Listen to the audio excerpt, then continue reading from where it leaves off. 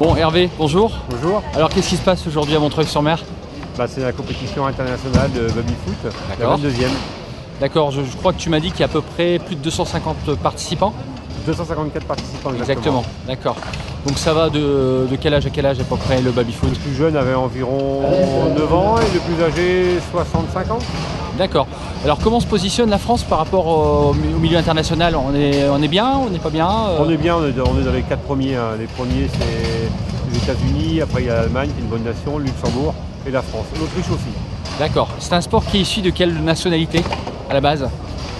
Ça a été créé par qui? Pour parler, c'est un Allemand, mais bon, après on ne sait pas vraiment la vraie histoire. D'accord.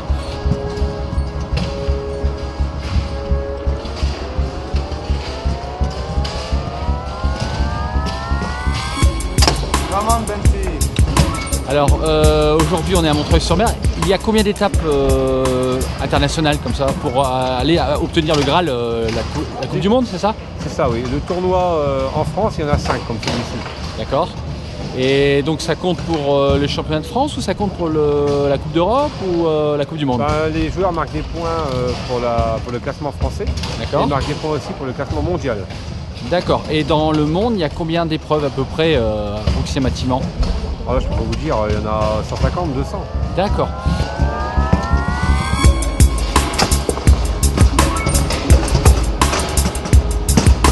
Alors c'est un circuit qui est sponsorisé par quelle marque? Quelles sont les marques les plus présentes? Le fournisseur de baby-foot, c'est un partenaire avec la Fédération française, c'est Bonzini, qui est situé à Bagnolet. D'accord. Et il y a donc des athlètes qui sont professionnels ou c'est un sport amateur? On peut en vivre ou pas? Ah non, on ne peut pas en vivre. Actuellement, c'est un sport amateur. D'accord. Et est-ce qu'il y a vraiment des grands joueurs qui sont quand même à plein temps sur ce genre de sport ou c'est vraiment une activité? Il y a des joueurs qui font pratiquement tous les tournois, tous les plus grands tournois, il y a certains joueurs qui les font. Alors comment ils font pour payer tous leurs voyages comme ça? C'est les sponsors qui les aident ou Certains ont des sponsors, après il y a les clubs qui les aident financièrement, après il y a les gains. Et quels sont les clubs les plus importants en France? Où se situe-t-il? Le classement français, actuellement le premier c'est Évry, dans le 91. Ouais. Le deuxième club français c'est Montreuil. Ah bah dis donc. Et après, pour les Chis c'est bien. Après il y a Villeurbanne, il y a Toulouse, il y a Strasbourg, toutes des grandes villes. Alors moi je te connais depuis des années, je t'ai toujours vu jouer au baby-foot. Qu'est-ce qui fait de Montreuil-sur-Mer une ville importante du baby-foot? Peut-être parce qu'il y a une bonne ambiance. Après on a la chance d'avoir Miguel et Sébastien Miquès qui est ton fils, qui est mon fils, oui, qui ramène beaucoup de points pour le club. D'accord. Il est champion de France? Il est champion de France 9-10 fois peut-être. 9-10 fois.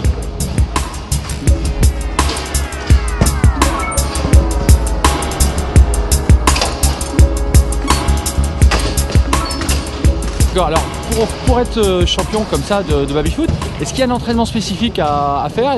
Il y a certainement un peu de musculation. C'est quoi la botte secrète? Non, il faut avoir un bon physique quand même. Physiquement, faut être bien. Mentalement, il faut être bien. Parce qu'il faut faire beaucoup ça au tennis et aux jeux d'échecs. D'accord. Et qu'est-ce qu'ils préparent? Est-ce qu'ils font des exercices, des étirements? Est-ce qu'ils courent? Ils font quelque chose de précis pour arriver à ce niveau-là? Non, ils ne courent pas, mais bon, c'est pas mal. Il faut quand même s'échauffer les poignets, les avant-bras. Pour avoir de tendinite et boire beaucoup d'eau. Alors la question que je me pose, c'est pour arriver à un niveau comme ça, combien d'heures d'entraînement par semaine faut-il faire pour avoir un niveau international comme ça? Tout dépend des personnes. Il y a des personnes où il faut beaucoup moins de temps que d'autres de jeu. Ouais. Mais sinon, pour quelqu'un qui veut faire la compétition au niveau, il faut calculer 9-10 heures minimum par semaine. Par semaine? D'accord.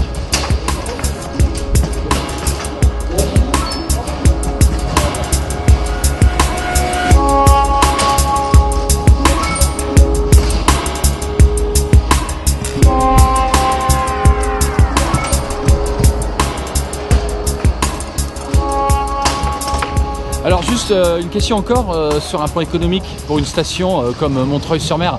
Une compétition comme ça, ça amène certainement quelque chose économiquement, non? Ah oui, c'est intéressant parce qu'il y a 254 joueurs, tous ces accompagnants, ça fait environ 300 personnes à loger. Et donc les personnes vont loger dans le Montreuil-Ouest, ils vont sur la côte, ils vont même dans les gîtes et les chambres d'hôtes de la région et automatiquement ils vont manger dans les restaurants du coin.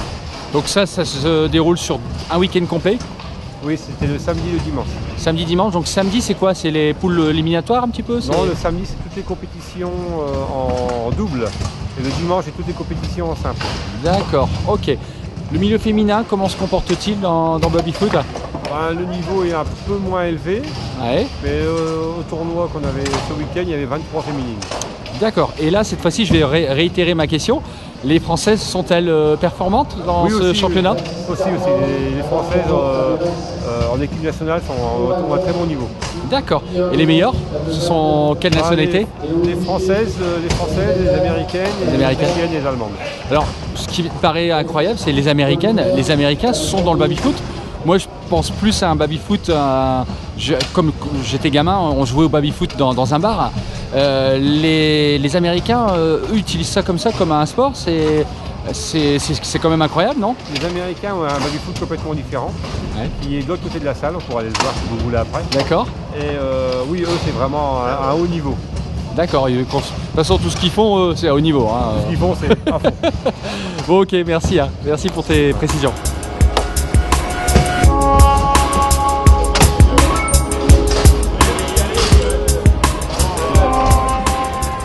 Bon, nous sommes maintenant devant un baby-foot américain. La question que je me pose, quelle est la différence entre un baby-foot américain et un baby-foot français? Le foot américain n'est pas du tout, est complètement différent. Les baby-foot américains ont des joueurs en plastique. D'accord. La balle est rouge, elle n'est pas jaune, elle ne fait pas le même poids. Les barres sont sortantes, comme vous voyez ici. Non télescopiques, comme en France. Ouais. Les barres sont plus lourdes. Ils sont plus lourdes. C'est fatigant alors. Pour les bras, oui. Oui. Et donc, tu m'expliquais que quand tu fais une compétition face à des Américains, il y a une manche qui se déroule sur un baby-foot traditionnel européen et une manche qui se déroule sur un baby-foot américain. Oui, il y a une manche qui se fait sur le Bonzini, baby-foot français, Ouais. et une manche qui se fait sur le baby-foot américain. Et en cas de belle, on fait deux balles sur un baby, 2 balles de l'autre. C'est pour cela que dans les meilleurs joueurs de l'équipe de France font des entraînements sur le baby-foot américain pour pouvoir lutter contre eux. Ah d'accord. D'après ce que tu me disais tout à l'heure, une fois sur deux, quand les Européens jouent sur un baby-foot européen, c'est eux qui remportent la partie. Par contre, sur un baby-foot américain, c'est plus compliqué apparemment. Oui, souvent c'est comme ça. Nous gagnons sur les baby-foot français, eux gagnent sur le baby-foot américain, et après tout se joue à la belle. Alors je vois que les joueurs sont différents. Est-ce qu'il y a une accroche qui est aussi efficace qu'un baby-foot traditionnel? Est-ce que ça glisse pas, ça glisse moins, c'est plus... Justement, sur le baby-foot là, ça glisse, la balle est moins contrôlable que sur le baby-foot français. Et Donc, les joueurs ne sont pas équilibrés. D'accord, donc il y a moins de passes peut-être, le jeu est plus rapide à ce moment-là. Non, c'est une question de par exemple, En effet, c'est rapide. oui. Alors, la question c'est quelle vitesse à une balle quand tu tires comme ça? Aucune idée. Vous avez jamais mesuré? Il y a déjà eu des baby-foot qui avaient mis des capteurs Ouais. pour savoir exactement la vitesse, mais je ne l'ai jamais fait. Parce que là, on n'a pratiquement pas vu passer quoi. Bah, c'est le but. Hein? C'est le but. Alors, c'est quoi les différents coups? Est-ce que tu peux nous apprendre en tant que buteur, si tu es buteur sur un baby-foot, c'est quoi les différentes passes qu'on peut avoir sur un baby-foot? Je vais vous le faire sur le baby-foot français plutôt. D'accord, on y va alors.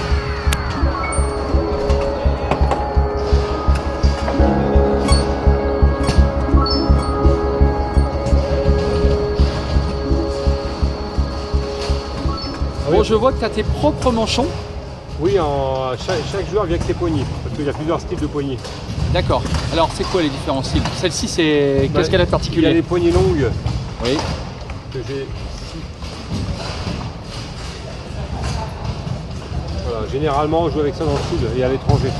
Et après, les poignées rondes, comme dans le nord, les gens sont habitués les anciennes poignées rondes. D'accord. Et 95% des joueurs jouent avec des poignées comme ça. D'accord. Et là, celle-ci, elle est vachement plus antidérapante. Hein. On dirait qu'il y a un revêtement dessus qui... Oui, dessus, c'est un revêtement qu'on met en plastique pour... Une sorte de gomme. Oui, pour pas transpirer. Et on met aussi de la magnésie que prennent les alpinistes. Ah, et puis les haltérophiles. Les haltérophiles pour pas transpirer. D'accord.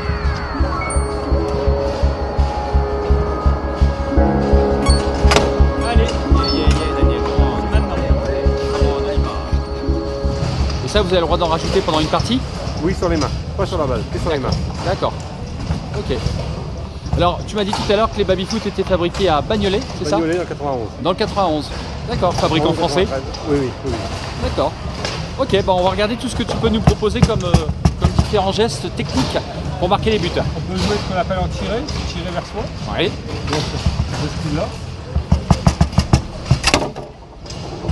Donc ça, c'est le classique Le classique. que je connaissais quand j'étais gamin, Voilà. quand j'ai joué au baby-foot. Il y a le même. Avec une feinte. En Ouais. face, Alors, en poussée. d'accord. D'accord.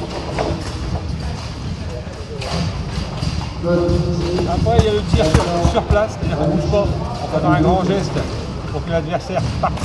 D'accord. Et on tape tout droit, on tape tout sur place. Ok. Après, il a les liés. Faisant les rebonds. On part sans la balle. D'accord. Au ralenti, ça fait ça. On part sans la balle et on frappe avec ce joueur-là. D'accord. Ok. Et après, on Ça est s'appelle là. l'ailier. L'ailier. C'est ça. Ok. Après, il y a aussi l'aller-retour tiré, c'est-à-dire qu'on se met en position comme tout à l'heure pour aller en haut, Oui. en position. Et au ralenti, on va partir et on va revenir pour D'accord. que l'adversaire nous suive. C'est-à-dire à vitesse réelle, ça fait ça. Ok. Ouais, donc, En gros, il y a plusieurs tactiques comme ça. d'accord. Ok. Alors les petites blessures que tu as quand tu joues au baby-foot, c'est quoi? C'est des tendinites, ça? Ça peut être tendinite et crampes. C'est pour D'accord. ça qu'il faut boire beaucoup d'eau. Beaucoup d'eau. Et puis des entraînements peut-être spécifiques pour éviter, justement pour muscler les avant-bras? Oui, il y a des personnes qui s'étirent beaucoup. Ils s'étirent beaucoup avant de jouer, ils chauffent le bras ou ils mettent de la pommade pour chauffer. Pas de substances illicites alors? Non. Vous avez Non, des non. contrôles antidopage aussi dans le En baby-foot? France, non. En Allemagne, oui. D'accord. En Allemagne, les contrôles. Et en France, ce serait bien. Ouais, ça serait intéressant de le savoir. Ce serait bien. Bon ok, bah, je te remercie pour toutes ces petites précisions et c'était un plaisir d'être avec vous aujourd'hui pour le baby-foot sur le championnat. Merci. Au revoir. Merci.